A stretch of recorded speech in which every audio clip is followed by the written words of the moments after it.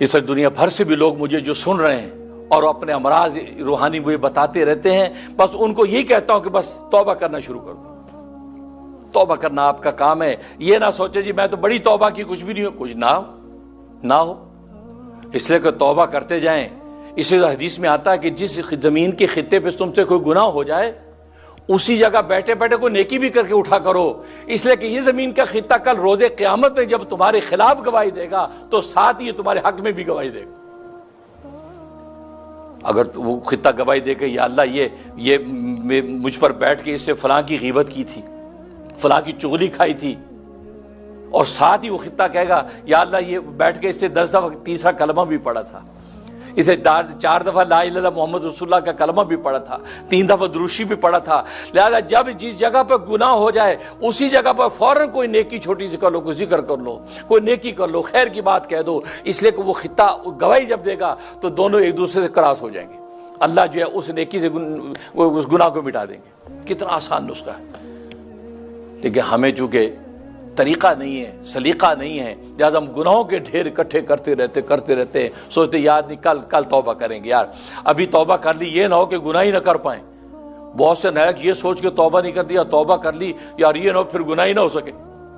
نہیں بھائی، یہ گناہ نہ ہو سکے یہ تو ہمارا مطمع زندگی ہے، یہ تو ہم چاہتے ہیں کہ گناہ نہ ہو بھائی،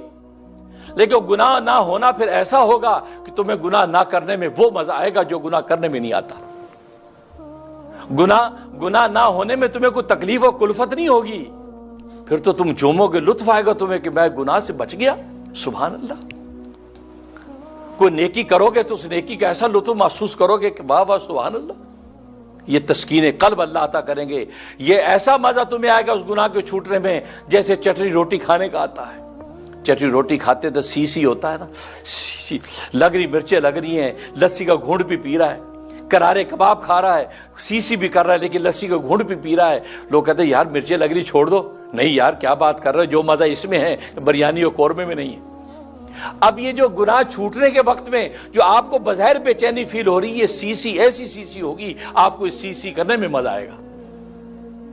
تو اس لیے یہ پریشان نہ ہو کہ یار توبہ کر لی یار پھر گناہ ہی نہیں ہوگا۔ اللہ کے بندے، گناہ نہ ہونے کا جو لطف آئے گا پھر گناہ ہونے کے لطف اس میں وہ لطف نہیں ہے۔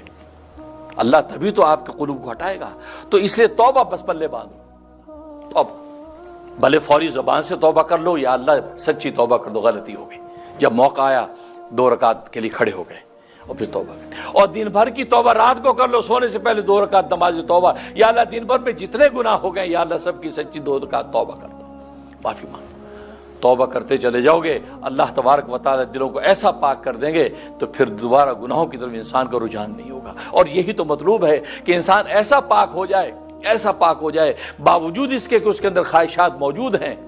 باوجود کہ اس کے اندر شیطانی اور نفسانی ساری خواہشات موجود، لیکن وہ سارے کے سارے جال کاٹ کے اپنے نفس کی گردن پہ جب قدم رکھتا ہے تو امام غزالی فرماتے ہیں اس کا دوسرا قدم جنت میں ہوتا ہے۔